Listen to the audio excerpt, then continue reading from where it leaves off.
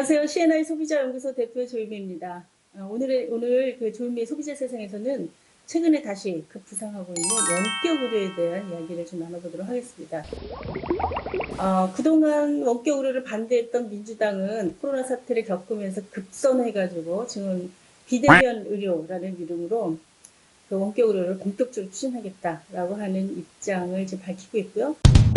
그 진료를 담당하고 있는 그 의사협회에서는 지금 뭐 강력한 경고를 하면서 못하게 하겠다, 뭐 이렇게 또 대치를 하고 있는 이제 그런 상태에 있습니다. 뭐 그 사이에 제일 중요한 건 사실 환자들이고 소비자들인데, 과연 소비자 입장에서는 원격 의료를 어떻게 바라봐야 되느냐.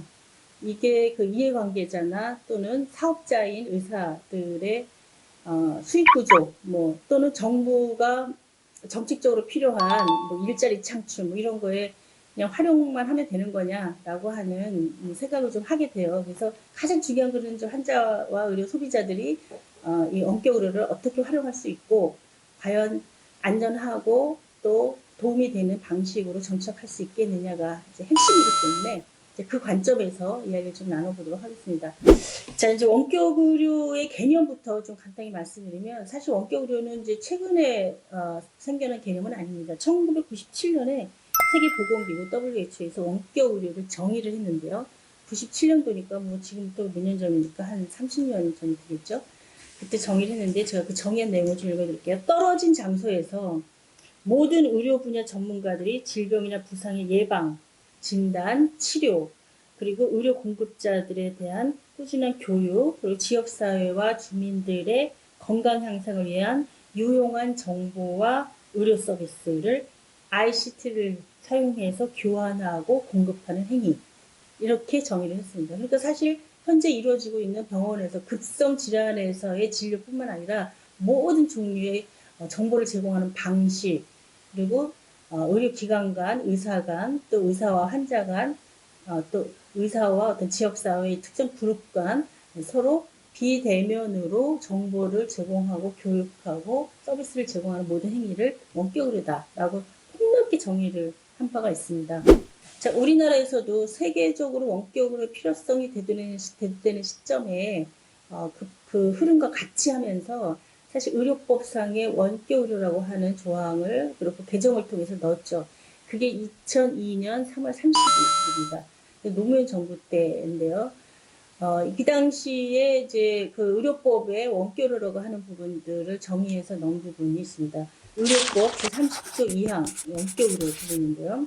의료인이 컴퓨터 화상 통신 등 정보통신 기술을 활용해서 원격지, 떨어져 있는 곳에 원격지 의료인에 대해서 의료 지식 또는 기술을 지원하는 것을 원격 의료라고 한다. 그러니까 여기서는 사실은 일반 환자들 또는 주민들을 대상으로 해서 뭘 시행하는 게 아니라 의료인을 대상으로 해서 의료 지식을 주는 뭐 이런 방식으로 정의를 하고 있는 거고요. 또 원격 의료를 행하거나 이를 갖고자 하는 자는 보건복지부 영예행이 정하는 시설과 장비를 갖춰야 되고, 또 원격 의료를 시행하는 자, 그러니까 원격지 의사라고 표현한 건데, 이게 그러니까 원격 의료를 시행하는 사람, 또 받는 의사가 있고, 또 시행하는 원격지 의사는 환자에 대해서 직접 대면하여 진료하는 경우와 동일한 책임을 진다. 그러니까 원격지 의사가 실제로 만나서 환자를 볼 때 의사로서 지는 모든 전문가로서의 책임을 동일하게 진다. 이렇게 정의가 되어 있고요. 원격지 의사의 원격 의료에 따라서 의료 행위를 하는 의료인, 그렇죠? 그러니까 예를 들면 어떤 도서 상간에 뭐 보건지소라든가 이런 데가 있어서 대신 그 멀리 떨어져 있는 의사가, 원격지 의사가 어떤 의료 서비스에 대한 것들을 대신 수행하도록 요청을 하면은 그를 수행을 하는 그런 의료인이 있잖아요. 그 의료인이 의사, 치과의사 또는 한의사인 경우에는 당해 의료 행위에 대해서 원격지 의사의 과실을 인정할 만한 명백한 근거가 없는 한 환자에 대한 책임은 현지 의사에게 있는 것으로 본다. 이렇게 된 거예요. 그러니까 이때 이제 사실 논쟁이 많이 됐던 부분은 원격 의료에 있어서 이제 지금 현재도 이제 논란이 되고 있는 부분 중에 하나인데, 원격지 의사, 그러니까 도시에 있어서 떨어져서 환자를 보는 그분 원격지 의사와 현지에서 환자를 직접 대면해서 하는 이 현지 의사 사이에 책임 소재를 어떻게 볼까요? 문제가 생겼을 때 이렇게 한 건데요. 기본적으로 원격지 의사한테 모든 대면 진료와 동일한 책임이 있고, 그리고 이 의사에 대해서 책임이 명백하다라고 하는 것이 인정할 만한 상황이 안 된다. 그러니까 이분은 과실이 없다라고 판단이 되면 현지에 있는 의사가 그 책임이 있는 것으로 인정한다라고 하는 내용이 들어가 있는 거죠. 그래서 굉장히 이 자체가 원격 의료를 포괄적으로 정의하고 어떤 방식으로 수행이 가능하고 뭐 하는 내용들이 들어가 있는 게 아니라 책임 소재 부분, 그때 가장 쟁점이 됐던 부분이니까 그 내용들이 주로 들어가 있고, 의사와 의사 간에 떨어져 있는 의사와 의사 간에 정보를 줌으로써 대신 환자를 보고 수행하는 뭐 이런 개념으로 원격 의료가 그 법안에 이제 포함되어 있다, 이렇게 볼 수가 있는 거고요.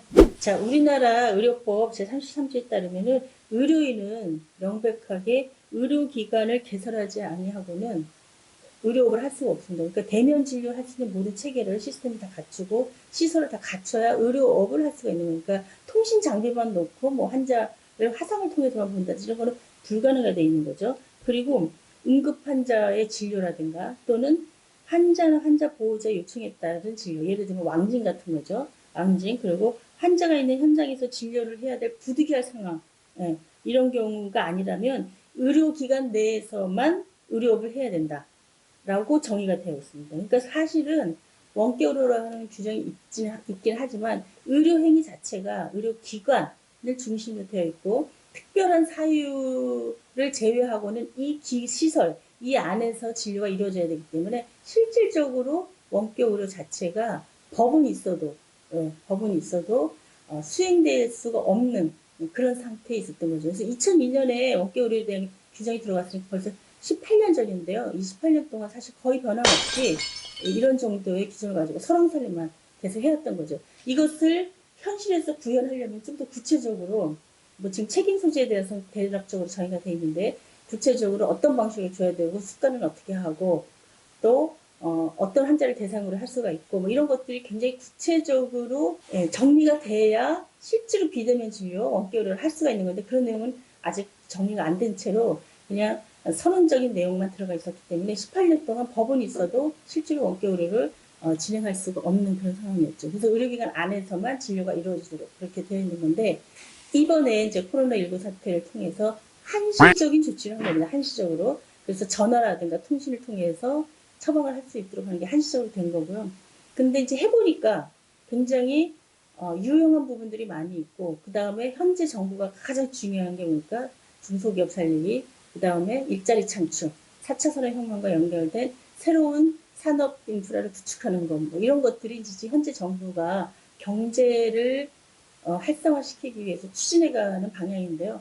원격으로라고 하는 부분들이 그에 부합하는 새로운 서비스로서 뭔가 적극적으로 추진해 갈 수가 있지 않겠냐라고 하는 것들이 이제 간 겁니다. 그래서 사실은 이제 원격으로를 본격적으로 추진해 가려고 할 때 진보적인 부분으로 단체라든가 또 민주당에서도 결사적으로 반대해서 법이 보다 구체화되고 실제로 진행할 수 있도록 하는 다양한 뭐 시행령이라든가 그 하부 여러 가지 지침들을 마련하고 하는 거를 저지를 했죠.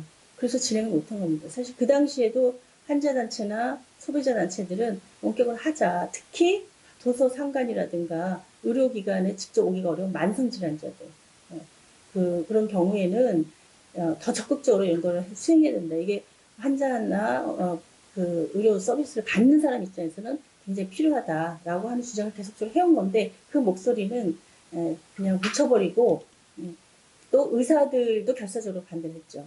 의사들이 반대한 이유도 제가 좀 정리해서 말씀드리겠습니다. 자, 의사들이 반대하는 이유를 이제 몇 가지 좀 정리를 해볼 수가 있는데, 첫 번째는 원격 의료 자체가 진단과 치료의 과정에서 안전하지 않다. 왜냐하면 화상을 통해서 보고 직접 환자를 대변하는 게 아니니까 안전하지 않다.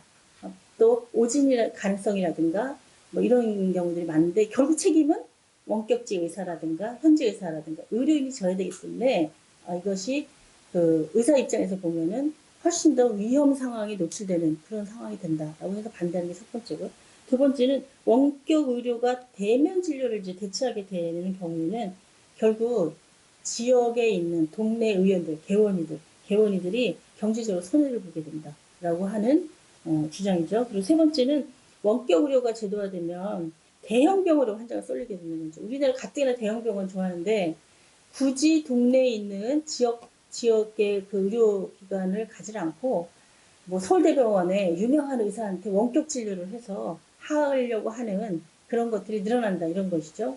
그래서 결국 동네의 개원이들이 경제적으로 손실을 보게 될 수밖에 없다라고 하는 주장이고요.